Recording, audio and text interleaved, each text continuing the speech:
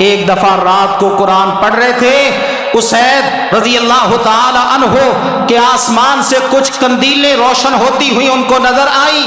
حضرت اسید نے صبح بتایا محمد مصطفیٰ کو، یا رسول اللہ رات میرے ساتھ عجیب ماجرا ہوا ہے، عجیب معاملہ ہوا، میں قرآن پڑھ رہا تھا تو کچھ قندیلیں روشن تھیں اور وہ میرے قریب ہی ہوتی چلی گئی، میں نے قرآن کی تلاوت کو بند کیا۔ آپ نے فرمایا اسید وہ قندیلیں جو روشن ہوتی تجھے نظر آئی نا، وہ اللہ کے فرشتے تھے جو قرآن سننے کے لیے آئے تھے۔ جب تو قرآن کی تلاوت کر رہا تھا اللہ نے اپنے فرشتوں کو نازل فرمایا، جاؤ اسید کی تلاوت کو سن کے آؤ۔ ھذا کتاب انزلناہ مبارک فاتبعوہ واتقوا لعلکم ترحمون۔ اللہ فرماتے یہ برکت والی کتاب ہے، یہ عزت والی کتاب ہے، یہ مقام والی کتاب ہے۔ اللہ اکبر، آج صرف ہم نے ثواب کی حد تک رکھا ہے، حالانکہ یہ انقلاب والی کتاب ہے۔ جہاں ثواب کی کتاب ہے وہاں انقلاب برپا کرنے والی کتاب ہے۔ اللہ اکبر، اس کے جو احکامات ہیں ان پر عمل کیا جائے۔ اللہ نے یہ کتاب اس لیے نازل فرمائی، اللہ کہتے ہیں یہ برکت والی کتاب ہم نے اتاری ہے تاکہ تم اس کی پیروی کرو، لعلکم ترحمون، تاکہ اللہ کی طرف سے رحمتوں کا نزول ہو۔ قرآن سے تعلق قائم کریں، اس کو پڑھیں، اس کی تلاوت کریں۔ اللہ اکبر، قرآن کا کچھ نہ کچھ حصہ روزانہ کی بنیاد پہ اگر ہو سکے تو ہر نماز سے پہلے یا ہر نماز کے بعد 2 یا 3 رکوعات کی تلاوت کریں تاکہ قرآن پاک 1-2 ماہ میں آپ کا مکمل ہو جائے، اور پھر اس کو سمجھیں، اس پہ عمل کریں۔ اللہ عزتیں دے گا، اللہ عروج عطا فرمائے گا، اللہ مقام عطا فرمائے گا۔ جو کافر یہ حرکتیں کر رہے ہیں اللہ نے ان کا علاج بھی قرآن میں بیان فرمایا، لیکن وہ علاج کرے گا کون؟ ہمارے مسلمان حکمران تو اپنی کرسیوں کے پیچھے ہر ایک اپنی کرسی کو بچانے پہ لگا ہوا ہے۔ اللہ ہمیں نیک حکمران عطا فرما دے، صالح حکمران عطا فرما دے۔ حضرت عمر رضی اللہ تعالی عنہ جیسے حکمران، بہادر، شجاعت، اللہ اکبر، حضرت علی رضی اللہ تعالی عنہ جیسے قرآن حکمران، حضرت عثمان اور حضرت ابو بکر جیسے حکمران۔ ابو ایوب انصاری رضی اللہ تعالی عنہ جب جہاد کے اللہ اکبر سفر میں فوت ہو گئے نا، وہیں پہ ان کو دفنا دیا گیا، روم کا علاقہ تھا، وہیں پہ ان کی تدفین ہو گئی۔ اللہ اکبر، کافروں کا جو حکمران تھا اس کو پتہ چلا کہ مسلمان یہاں سے گزر رہے تھے، جہاد کا سفر اللہ اکبر ان کا جاری تھا، اور ایک ان کا مسلمان فوت ہو گیا، انہوں نے اس کی قبر ہمارے علاقے میں بنا دی۔ اس نے یہ کہا جب یہ مسلمان چلے جائیں گے نا، میں اس کی قبر کو اکھاڑ کے اس میت کی جو دفنائی گئی ہے اس کی توہین کروں گا۔ مسلمانوں کے امیر کو پتہ چلا، اس نے پیغام دیا اگر تو ہمارے کسی مسلمان کی اس طرح توہین کرے گا، جتنے بھی ہمارے علاقے میں ہمارے مسلمانوں کے اللہ اکبر علاقے میں جتنے بھی گرجے آتے ہیں سب گرجے تمہارے گرا دیے جائیں گے۔ وہ کہنے لگا میں تو تمہاری دینی غیرت چیک کر رہا تھا، تمہارے اندر ایمان کی حرارت کتنی ہے، اللہ اکبر ایمان تمہارے اندر کتنا ہے۔ ہم اس طرح کی توہین کا سوچ بھی نہیں سکتے۔ اس طرح کے حکمران اللہ ہم سب کو عطا فرما دے، آمین ثم آمین۔